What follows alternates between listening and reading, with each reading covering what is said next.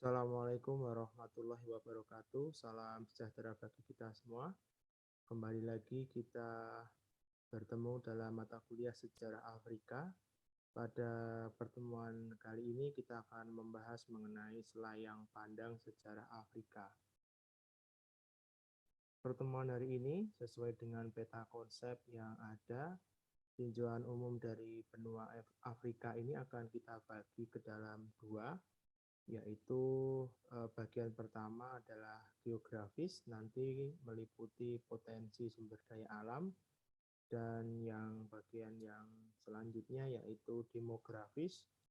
Ini nanti akan meliputi potensi dari sumber daya manusia. Jadi harapannya setelah mempelajari tinjauan umum benua Afrika ini, kita nanti akan mengetahui bagaimana itu keadaan geografi dari benua Afrika dan bagaimana kondisi demografis dari benua Afrika itu sendiri. Baik, yang pertama kita akan mempelajari mengenai kondisi geografis Afrika ya. Untuk benua Afrika sendiri, ini batas-batas dari benua Afrika. Kalau kita perhatikan di peta ini, benua Afrika sendiri merupakan benua terbesar kedua setelah benua Asia. Jadi bisa dilihat di peta ini memang kalau benua Afrika ini memang sangat luas ya, membentang dari Afrika Utara sampai Afrika Selatan. Kalau kita bandingkan dengan negara kita, ini benua Afrika ini sekitar 15 kali ya luasnya dibandingkan dengan negara kita. Kemudian yang nomor 3, sebelah utara dari batas benua Afrika adalah Laut Tengah ya, atau Laut Mediterania. Jadi di sini benua Afrika ini langsung berbatasan dengan benua Afrika begitu. Kemudian pada bagian sebelah timur ini berbatasan dengan Laut Merah ya, Laut Merah, Semenanjung Arabia dan Samudra Hindia. Jadi letaknya memang berdekatan dengan Arab ya begitu. Kemudian di bagian sebelah selatan ini sama ya, Samudra Hindia. Jadi memang ini sama dengan yang bagian timur tadi. Kemudian yang bagian sebelah barat adalah Samudra Atlantik. Kemudian untuk seperti apa kondisi dari Afrika Utara atau kita sebut sebagai Afrika Maghribi itu, terdapat Sungai Nil ya, sungai yang terbesar dan terpanjang di Afrika. Ini melalui Mesir dan Sudan. Terbagi menjadi dua, yaitu Nil Biru, ini hulunya di Danau Tana atau dataran tinggi Ethiopia, dan Nil Putih ini hulunya di Danau Victoria atau danau besar di garis khatulistiwa di bagian Afrika Timur. Nah, di bagian Afrika Utara ini beriklim sedang atau subtropis.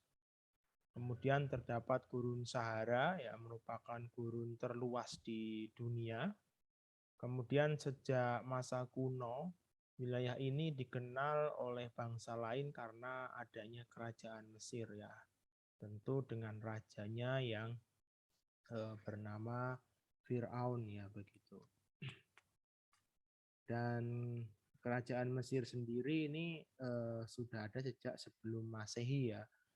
Dan bangsa Mesir juga dikenal karena memiliki kebudayaan yang tinggi, yaitu terbukti dengan adanya piramida, sphinx, mumi, dan lainnya. Kemudian di wilayah utara Afrika ini penduduknya adalah orang Hamid ya. Orang Hamid sendiri yaitu keturunan kulit putih atau Kaukasoid dan orang Semit atau orang Arab ya. Kemudian ada juga orang Berber dan campuran keduanya. Kemudian kita di daerah padang pasir ya. Kita tahu di Eropa ini, maaf, di Afrika ini terkenal dengan padang pasirnya yang luas begitu. Nah, padang pasir ini terutama terletak di Afrika bagian utara dan Afrika bagian selatan. Terdiri dari padang pasir Sahara, Libya, Nubia di utara, dan Kalahari di selatan. Nah, tentu saja iklim gurun ini memiliki udara yang sangat kering ya. Memiliki perbedaan suhu siang dan malam ini sangat ekstrim, atau antara musim panas dan musim dingin juga sangat ekstrim. Nah, karena ekstrim tersebut, maka pada daerah ini biasanya yang memiliki air tanah yang dalam itu ditumbuhi kaktus, sedangkan air tanah yang dangkal ini ditumbuhi kurma, jadi begitu. Dan karena ini wilayah gurun, berarti ini jarang dihuni manusia. Ingat ya, jarang dihuni manusia ini bukan berarti tidak ada manusianya, karena di daerah padang pasir ini ada penduduk yang tinggal, yaitu keturunan Berber, Arab, dan Negro Sudan. Kemudian kita masuk ke bagian Afrika Timur ya. Nah, di bagian Afrika Timur ini banyak terdapat danau. Danau yang terkenal yaitu Danau Nyasa, Tanganyika, Victoria, dan Rudolf. Jadi di daerah Afrika Timur ini banyak terdapat danau karena di danau ini muncul karena adanya patahan. Dan di Afrika Timur ini ada patahan terbesar di dunia sehingga muncul jeram dan padang rumput. Terdapat juga air terjun yang terkenal yaitu Victoria Falls di Sungai Zambezi, Stanley Falls di Sungai Kongo ya. Kemudian terdapat juga padang rumput. Ya, padang rumput yang terkenal ini di daerah Cape Verde ya, Cape Verde dan Sudan. Kemudian iklimnya sendiri untuk daerah Afrika Timur beriklim tropis, artinya beriklim tropis ini dilewati oleh garis khatulistiwa, dan kalau beriklim tropis biasanya memiliki hutan hujan yang sangat lebat yang ditinggali berbagai jenis binatang dan tumbuhan. Penduduknya di Afrika bagian timur adalah orang Negro, yaitu Negro Sudan dan Guinea. Kemudian untuk Afrika bagian tengah dan Afrika bagian barat kita jadikan satu ya. Di Afrika bagian tengah dan bagian barat ini juga sama ya dengan Afrika Timur. Ini dilalui oleh garis khatulistiwa sehingga beriklim tropis dan terdapat hutan hujan tropis. Curah hujannya cukup tinggi dengan sinar matahari yang tentu saja ini ada sepanjang tahun. Batas hutan dan gurun adalah stepa dan sabana yang ditinggali singa, Gamesbok ya, itu adalah Afrika antelope. Ya, jadi hewan asli Afrika. Kemudian harimau, hina, zebra, rusa, gajah, badak, dan jerapah. Tentu kalau film-film Afrika yang daerahnya mengambil plot Afrika itu akan melihat stepa sabana yang sangat luas begitu ya, dan banyak ditinggali hewan-hewan di sana. Nah, seperti ini jadi di Afrika Tengah dan Barat. Kemudian di daerah hutan itu ditinggali gorila, simpanse, dan berbagai serangga seperti marabunta, semut pemakan daging, dan lalat sese yang berbahaya. Jadi marabunta itu adalah semut pemakan daging, kurang tanda kurungnya ya. Kemudian untuk sungai dihuni kuda nil dan buaya. Kemudian di bagian gurun ini dihuni burung unta, kasuari, dan unta liar. Untuk Afrika Barat ini dihuni oleh orang Pygmy ya, yaitu Negro tetapi Kerdil. Ini letaknya di daerah aliran Sungai Kongo. Kemudian orang Hottentot dan Bushmen ini di pedalaman Afrika Barat Daya. Nah, ketiga kelompok ini sebetulnya merupakan penduduk asli Afrika, tapi kemudian mereka terdesak oleh orang Negro ke dalam daerah pedalaman, kemudian terdesak lagi oleh orang kulit putih, jadi semakin masuk ke pedalaman begitu.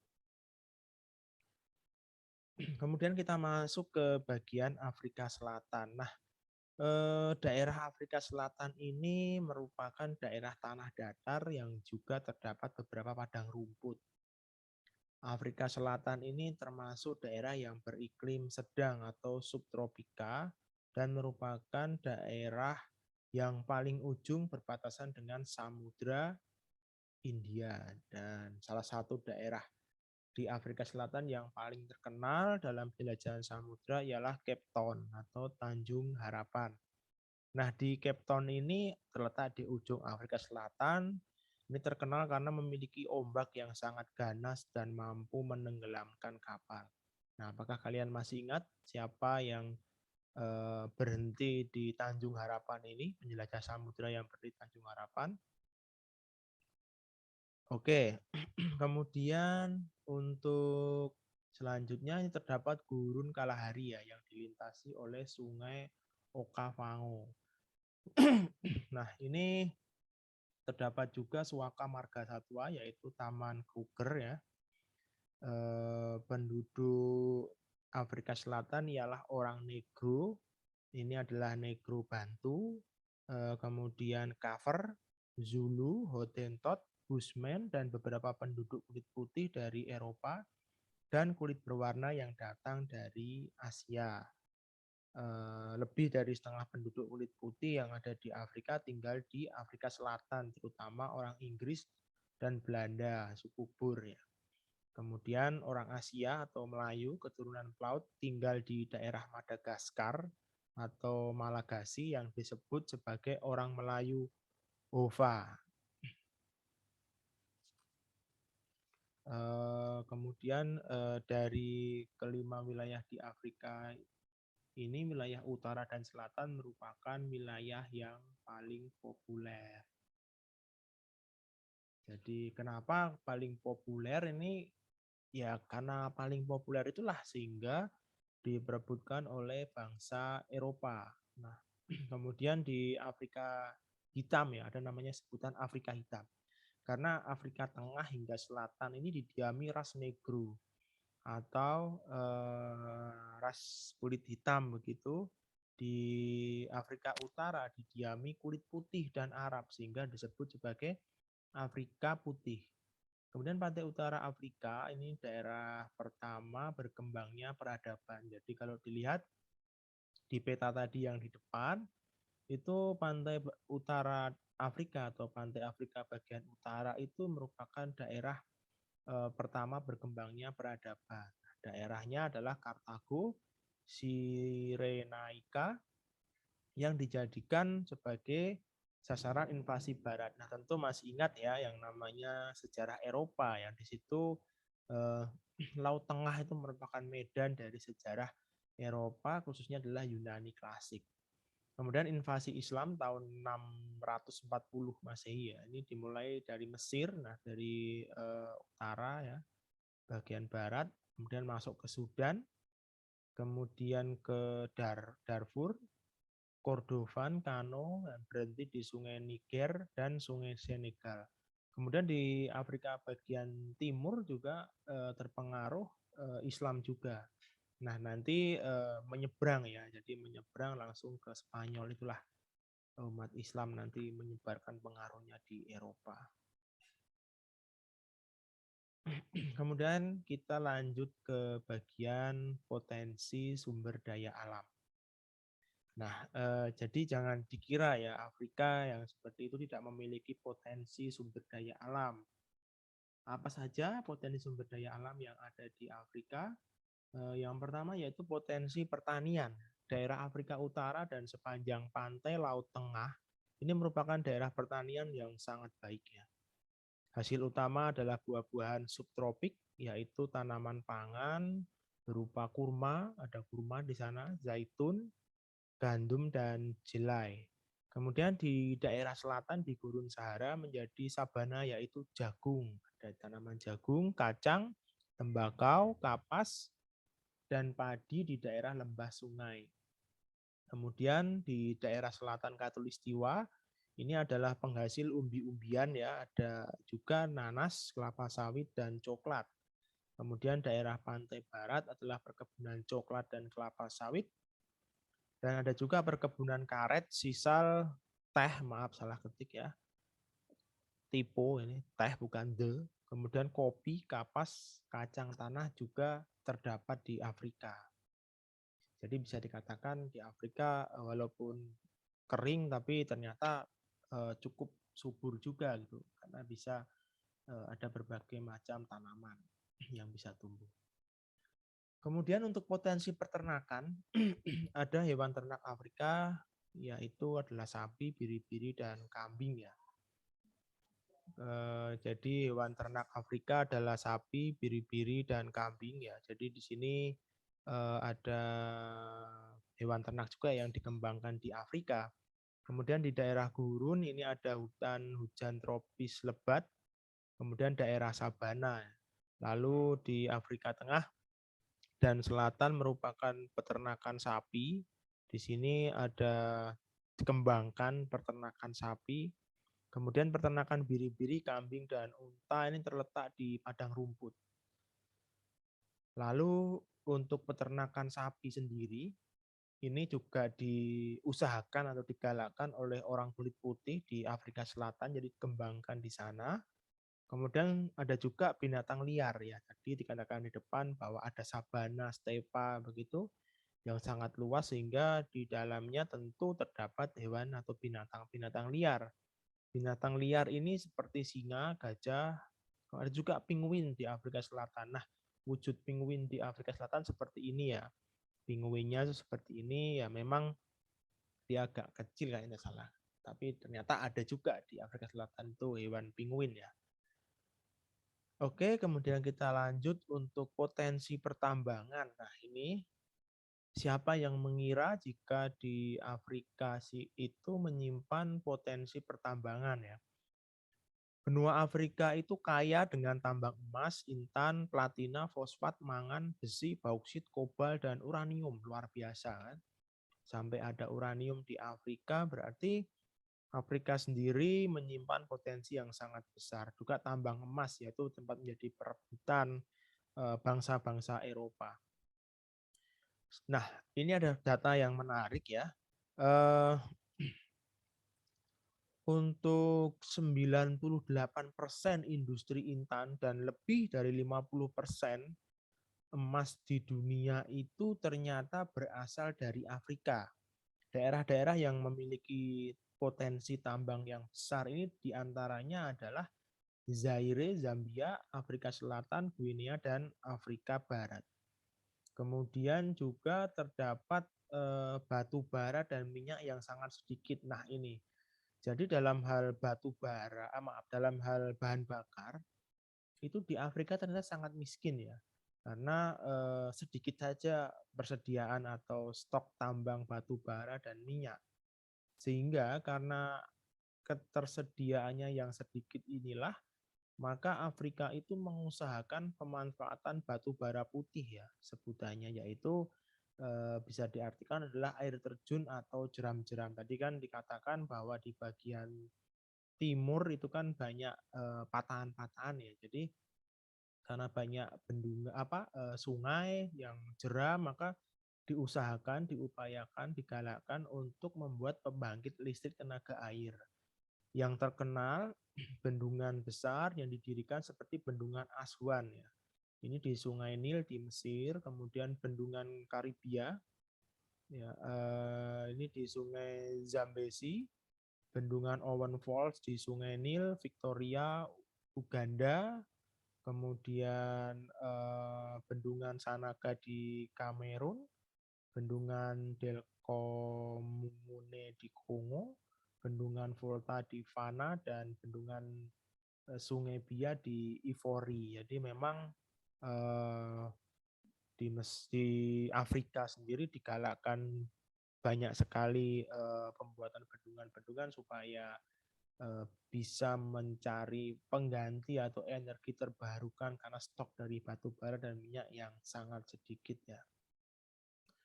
Nah, untuk peta persebaran linguistik di Afrika sendiri bisa dibilang luar biasa banyak ya. Ini saya ambilkan petanya seperti apa secara garis besar dari peta Eropa ini, bagaimana perkembangannya, seperti apa itu. Nah, bisa dilihat di sini. Jadi ada Afro-Asiatik di sini. Dia tersebar di Afrika bagian utara, memanjang sampai ke timur ya. Kemudian Nilo-Saharan ini di bagian tengah, sedikit di bagian utara yang berwarna kuning. Lalu Niger Kongo A, ini di bagian Afrika Barat ya. Kemudian sampai ke tengah, lalu Niger Kongo B, Bantu, ini agak lumayan banyak dia. Dari tengah turun sampai ke Afrika Selatan, Khoisan ini sedikit di Afrika Tengah sampai ke selatan. Austronesia ini tidak kelihatan warnanya, tapi saya pikir ini apa namanya ada juga ternyata di Afrika begitu. Nah, untuk lebih jelasnya, untuk bagian kemajemukan situasi demografis di Afrika ini, saya akan jadikan tugas. Jadi nanti kalian akan membuat pemetaan bagaimana situasi demografis di Afrika dan kemajemukannya seperti apa, bahasanya seperti apa, nanti akan menjadi tugas dari pertemuan ini. Nanti akan dikumpulkan dalam aktivitas assignment atau tugas ya. Silakan nanti dikumpulkan, batas waktunya sampai 1 minggu.